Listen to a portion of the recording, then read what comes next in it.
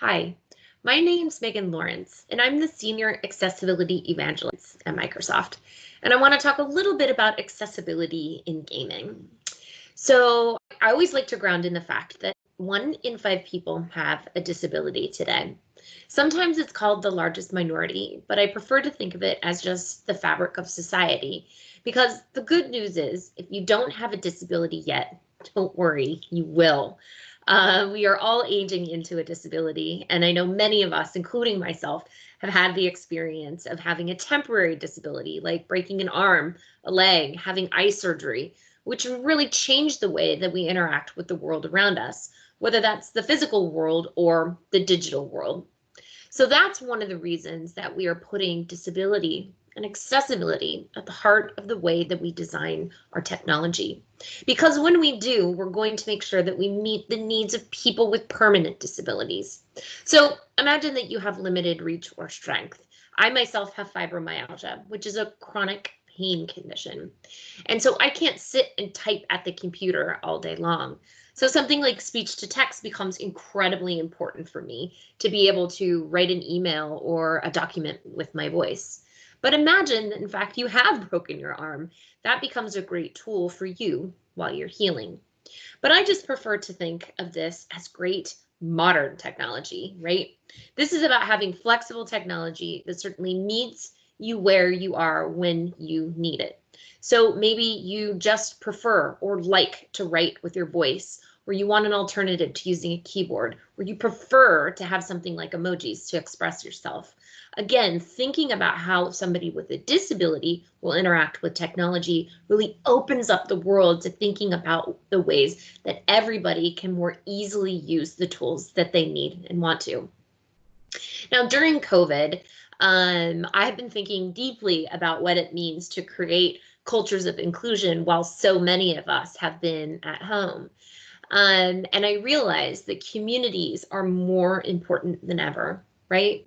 I mean, I personally want to belong to something bigger than just myself. And so my friend and family community has become so critical, but extending out to my neighborhood community, religious communities, and certainly my gaming community, right? As a way to really stay connected. And it has been through the Xbox that I have been able to stay connected with my friends and family in a different kind of way, through game and through play. And this has allowed so many of us, I believe, to express ourselves and communicate in a lots of different kinds of way. And so today I really want to talk about how we build community, we stay connected, and we allow people to express themselves through different forms of communication as we think about gaming.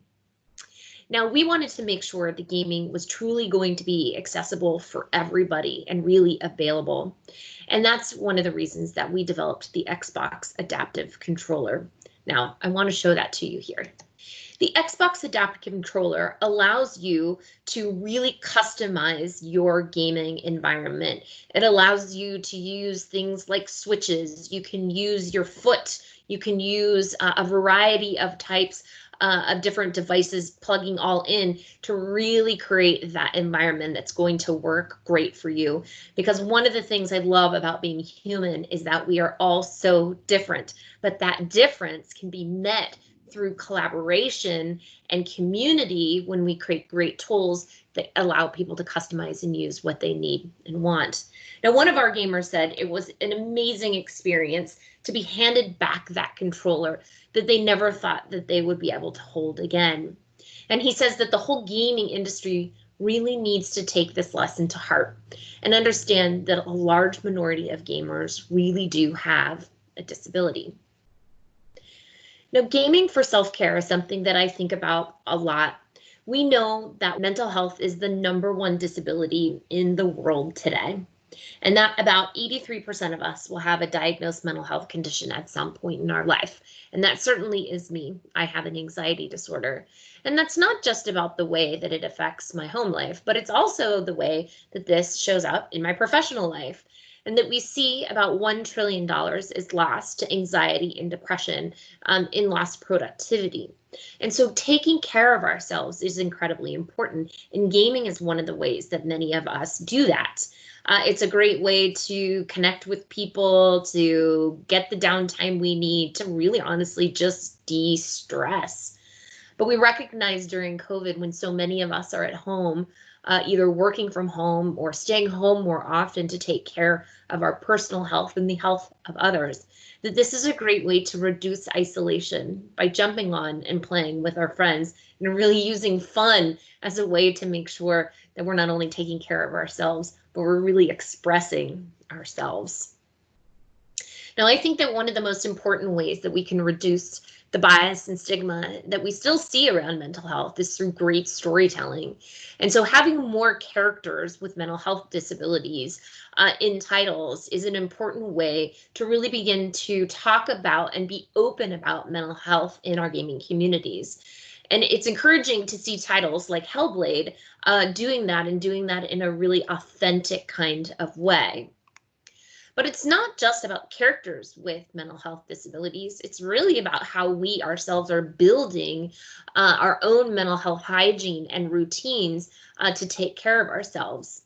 And so the Mindful Night is one of our Minecraft for Education worlds that it teaches mindfulness and social awareness, self-regulation through this really exciting set of quests through this medieval world. And so if you're a teacher who's out there watching today and likes to bring gaming into that classroom as a way to think about the way that you educate your students, please think about the way that social and emotional learning shows up in your classroom as well, and how gaming and something like the Mindful Night really provides that avenue for children and students to express themselves, learn new skills. And the good news is we've got the lesson plans already made for you. So all you have to do is pick those up and think about how you build it into the curriculum. Now, we know that lots of kids are in a remote learning environment or will be in a blended hybrid learning environment moving forward. So again, something like gaming is a great way to engage with students and help them think about not only what they're learning, but certainly how they think about social and emotional skills. Now, if you want to learn a little bit more about accessibility, hopefully this presentation has gotten you excited. Hopefully you're asking yourself some questions about how do I create a more inclusive gaming world for myself and others. We have the new Accessibility Fundamentals badge. It's a great way to take a little bit of time to learn more about how you can create a more inclusive world. This started off as a badge for Microsoft employees, but we recognized that this was so important and there was so much demand actually from our customers that we wanted to make sure that we were providing that for everybody. So certainly have a look. It's a great way to just think about how you augment what you know and understand about the world and bring that diversity into your life through disability inclusion. Now, if you ever have a question for us, we have the Disability Answer Desk, which is free IT support for people with disabilities or anybody supporting people with disabilities. And we want to make sure that you get your questions answered. Making sure that you can think about what's the right gaming setup for you if you have a disability, making sure that you've got the right tools and the information at your fingertips to make sure that gaming is something that you can easily pick up and use in your own life. Now, one of my favorite parts of the Xbox Adaptive Controller was the packaging. So once we created the device, we had to be thoughtful about the way that we put it into a box. And we wanted to be able to do that so that somebody could open the box with simply one hand. Now, many of us have bought the clamshell, right? Or packaging that's really incredibly hard to get into. Now imagine getting into a box by simply lifting a tab. So the packaging team really leaned into inclusive design to fundamentally change the way that we had done something for a very long time, which was put devices in boxes. So my challenge here for you is, how are you going to lean into inclusive design to maybe change something that you've done for a very long time, or maybe create something brand new? Lean into accessibility, lean into disability, And in doing so, you lean in to innovation. Now, as we close out here today, please take a moment to take one really deep breath with me. Here we go.